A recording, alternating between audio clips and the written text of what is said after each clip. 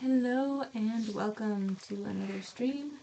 Today we're covering descriptive nouns and strong verbs. So we're going to start out by talking about nouns, then we're going to move on to the verbs. I'll get over to my notes for this.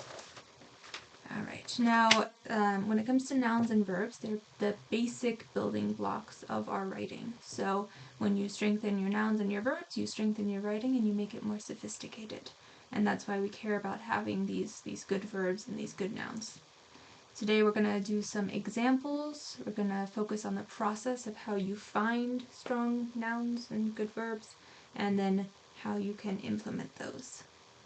So we're going to start off with some nouns, and I have written a paragraph here. No, oh, not this one. Switch these.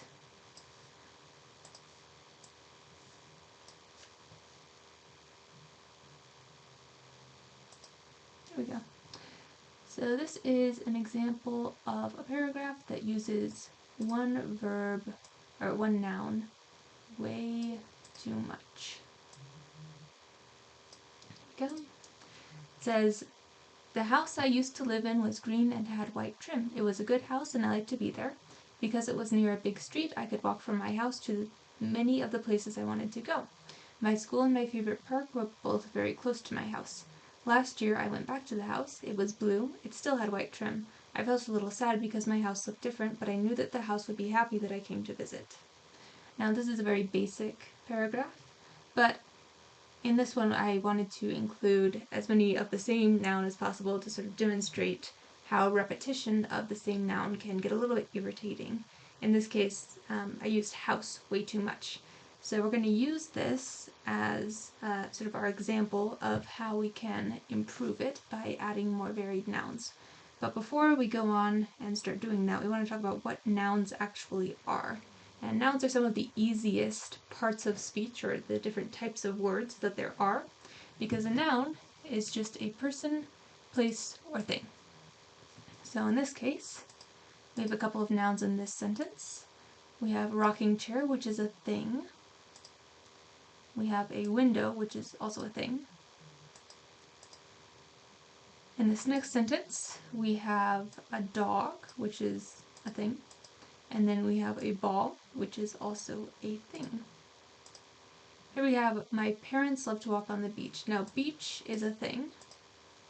And we also have parents, who are people. So these are all nouns.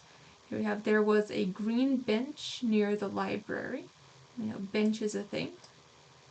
And library, depending on how you use it, can either be a place or a thing. In this case, I'm going to call it a place because it's talking about the bench was near the library, so the library was the place where the bench was close to. We have, he laughed and asked what she meant. Now in this case, he and she are both pronouns, which are, we're going to think about them as like a special type of noun. So I'm going to highlight them because they function as nouns, even though they're technically pronouns. Here we have I, another pronoun, thought it, another pronoun, seemed like a great idea, which is a thing. So here we have a couple of examples of different nouns, and we can see, based on how much is highlighted here, that quite a lot of the words we use tend to be nouns. If we went back to this paragraph here, we could say house is a noun, trim is a noun, house is a noun, I is a pronoun, it is a pronoun, street is a noun, I is a pronoun again, house, pronoun, places, pronoun, places, noun, sorry. There are nouns everywhere, because nouns are things, and people tend to talk about things, because it's very hard to talk about something that isn't a thing. So these are all nouns. Now, in English, we like to have varied words. If you say the same word over and over again when you're talking, it gets very irritating because it gets just way too repetitive, and we like to have some different words that mean the same thing to use in place of each other. So these these words that mean the same thing as each other are called synonyms. And there are a couple of ways you can find synonyms. One of them is to look it up in a thesaurus. A thesaurus sounds like a dinosaur, but it's actually a book, and it's a lot like a dictionary, except instead of telling you what words mean, it tells you a bunch of different words that mean the same thing as that other word. And you can get a thesaurus, which is the big book, and you can look up all these words that are listed in alphabetical order usually. Or you can do something a lot easier and just Google it. So in this case, we're going to look for different words that mean house. So let's see, house, and then we're going to type synonyms.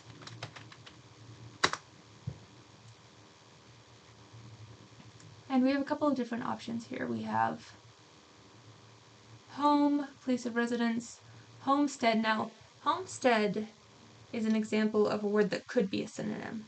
So a homestead is sort of a house that's part of a farm that someone starts. That's sort of the general thing that it tends to mean. And so a homestead could be a house, but not all houses are homesteads. Another thing is like the, here's an example. And then here we have a different definition of house, which is talking about a council, or like the House of Representatives, which is part of the government. So here we have like a parliament, which can mean the same thing as a house, but not usually. So, and then we have here, which is the verb form. We're going to look at the nouns for right now. So what we're going to do at this point is we're going to go ahead and I'm going to try and get this to shrink down so that we can see both of these things at once.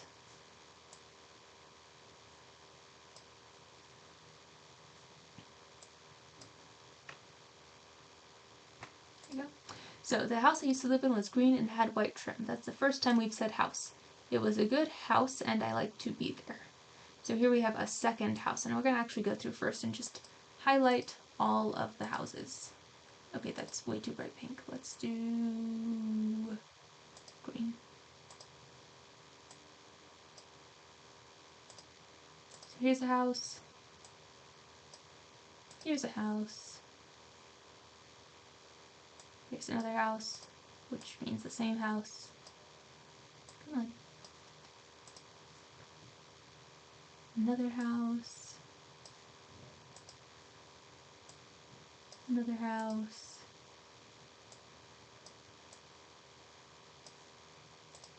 House and house.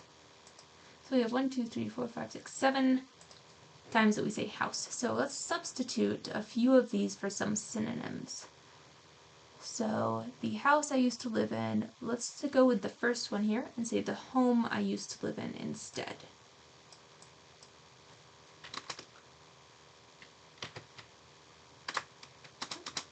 Home I used to live in.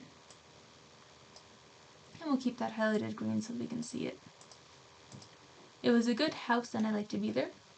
We can leave this house and we'll just go on to the next one, because we can use house a few times, just not too many. We have a few more synonyms here. We have habitation, residence, abode, domicile. Habitation is somewhere you live, so we can call this a habitation.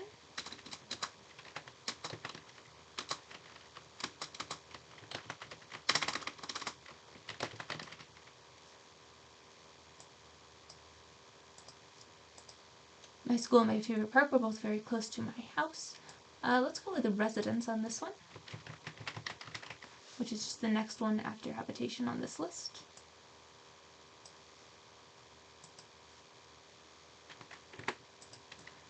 And then we have another house here. Now, we haven't used house for a little while, so we can leave this one the way it is. On this one, let's go ahead and use home again.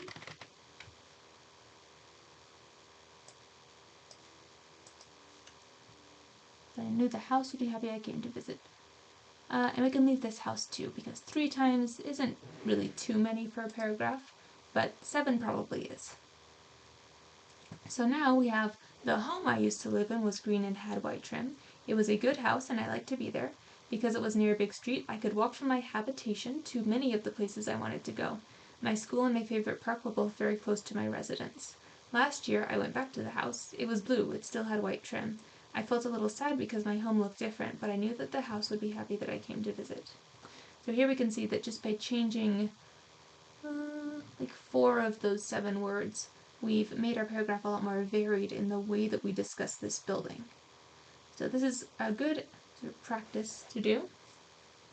And there are a couple of different verbs that people tend to overuse, but it all kind of depends on what you're writing about. Typically, people will use the word of the thing they're writing about too many times, and they need to find, you need to look up synonyms for how to talk about what you're talking about without continuing to call it what it is exactly every single time. Which sounds silly when you say it like that, but that is the way it works. So that's sort of our nouns. Next we're going to do some strong verbs. And we're going to do the same thing when we look at a paragraph.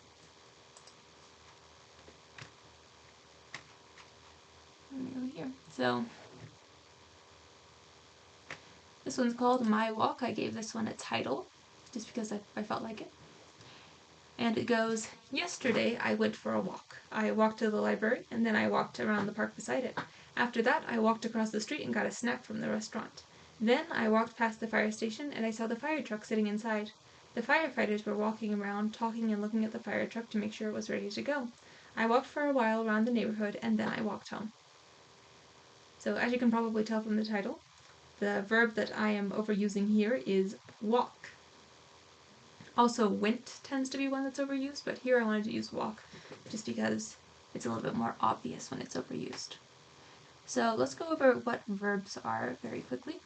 Verbs are actions including forms of being, because being is kind of a thing that you do just like any action. So we're going to do our verbs in blue for no real reason, just because I feel like it.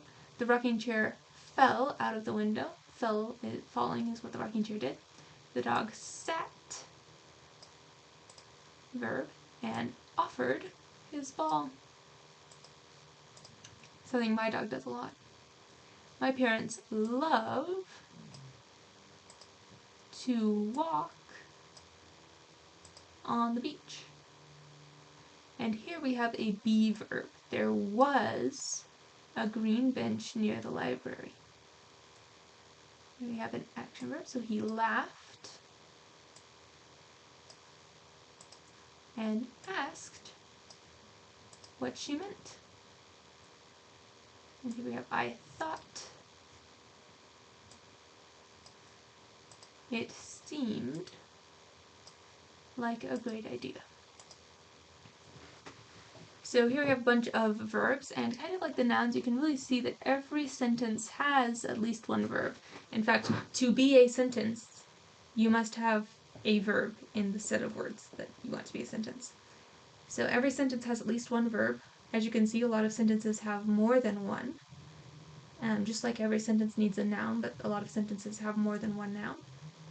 So here we have the rocking chair fell out of the window, the dog sat, offered his ball, my parents love to walk on the beach, and then we're going to skip this one, we're going to come back to it. He laughed and asked what she meant. I thought it seemed like a great idea. So here's one, I want to talk a little bit more about be verbs. So these are words like there was a green bench, there is a green bench, I am a green bench near the library. All of these words that mean existing, basically, are all verbs. Even though they aren't things that you really choose to do, they're things that you do because you exist. Like, existing is a thing that you do. And that's sort of, in my opinion, the easiest way to think about it. So in much the same way that we want varied nouns, we also want some variety in our verbs. In this paragraph, the verb that we're overusing is walk. So let's go ahead and highlight our walks, and we'll keep using blue. And we're doing all of these what's called tenses. So present, walk, or no, actually that's that's a noun. Walk is what you went for, not what you did. Walked to the library and then I walked And we can around the park beside it. After that, I walked across the street and got a snack from the restaurant. Then I walked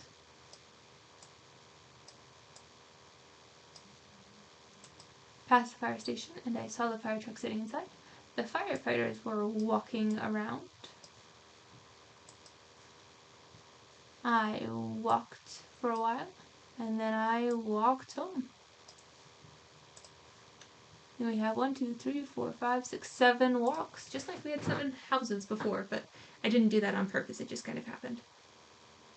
So in this case, we're going to want to do verbs that aren't, verbs can be a little bit trickier than nouns because most of the time you can kind of look at a noun and say like, oh yes, that's what it is, or no, it isn't what it is. But when it comes to verbs, a lot of the time you want verbs that are accurate in describing exactly what you mean. So let's say you're walking really slow. You might say you were strolling or you were meandering, but you wouldn't say you were jogging, even though in another case, if you were walking really fast, you might say that you were jogging. Even though those aren't quite the same thing, but you get the idea. So here we're going to do exactly the same thing that we did before. We're going to look up some synonyms for walk.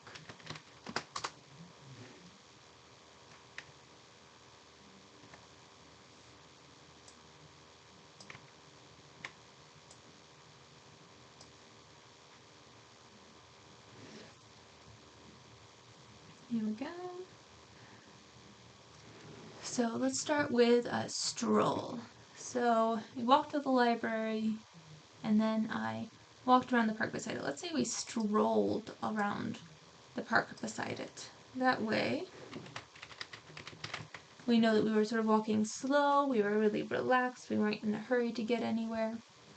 After that, I walked across the street. In this case, we can actually just take out the walked and we can just say I crossed the street.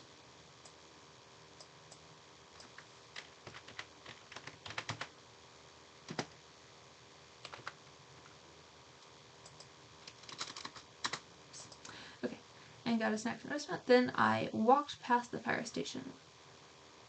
We could do all sorts of things here. We could do wander. I wandered past the fire station.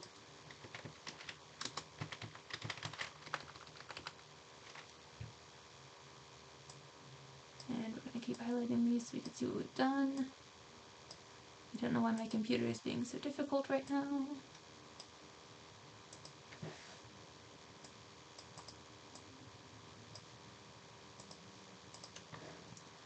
Okay, here we have the firefighters were walking around. Now when you think about a firefighter, they wear a lot of heavy clothes. So they may not be strolling or ambling, but they might be tramping around or plodding along or even marching along. I'm going to say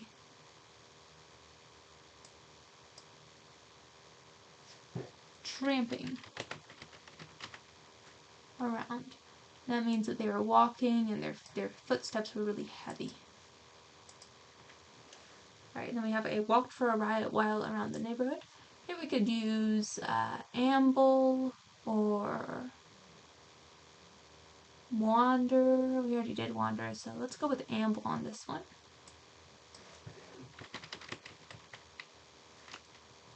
I ambled for a while around the neighborhood. And then I walked home. Now in this case, we don't actually need to use one of these synonyms because we know that we started at home and, well, we can assume we started at home and then we went back home. So we could say, instead of walked, we can actually say returned home. Because when you go back to a place you've already been, you return.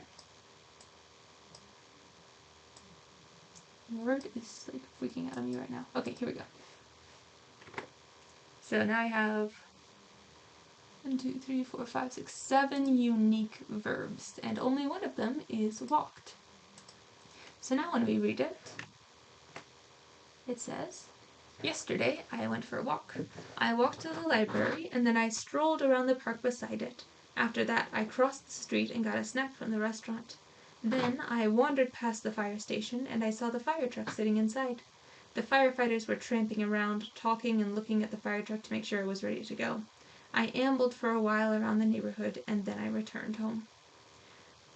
So here we see we've gotten all of these unique verbs, and all of these are much stronger verbs than walked, because really you can walk in all sorts of different ways. You can walk fast or slow, you can walk happy or sadly, happily or sadly. You can walk with sort of in a marching way or in sort of a wandering way. But when we use more specific verbs, we really get more character to our walking. So when we say strolled, there's only so many ways you can stroll. So it's much more specific and it gives a much clearer idea to the people who read this of what I mean when I say that they strolled around the park instead of just walked. When we say cross the street, there are lots of ways to cross the street, but you're not going to hear crossing is at least a little bit more specific than saying just went across. And it's more concise, which means it uses less words to say the same thing. Then we have I wandered past the fire station, and there's only so many different ways you can wander. It sort of means that you're sort of going without really meaning to get anywhere too fast. Then we have the firefighters tramping around with their heavy clothes. And then we have ambling, which is sort of walking in a relaxed way for a while around the neighborhood, and then you return home, so you go back to where you started. So here, all of these verbs mean something, well, except for the first walked. All of these different verbs mean something a little bit more specific and a little bit more clear than just the word walked. And this is sort of the goal when we talk about using strong verbs as opposed to weak verbs. So a weak verb is something like said or went, or sometimes even thought can be a weak verb, whereas stronger verbs would be verbs that we can use instead of those that give a more clear idea of what we're talking about. So instead of went, we could say swam. He swam across the river instead of he went across the river, and that's more specific. We could say, instead of said, we could say he hollered, or he whispered, or he subtly indicated with his words. Instead of saying she thought, we could say she pondered, or she considered, or she invented something. All of these are examples of stronger verbs we can use to replace weaker verbs, and that's really the goal when we talk about verbs. Whereas with nouns, it's more about variety. We don't want to say the same thing too many times.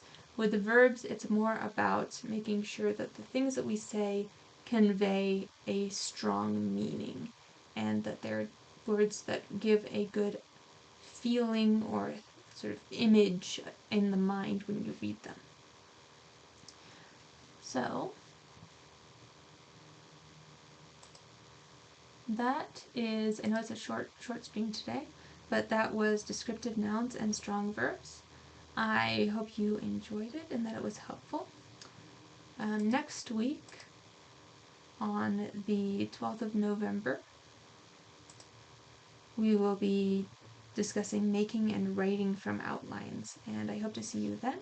So thanks for watching this, and see you later. Bye!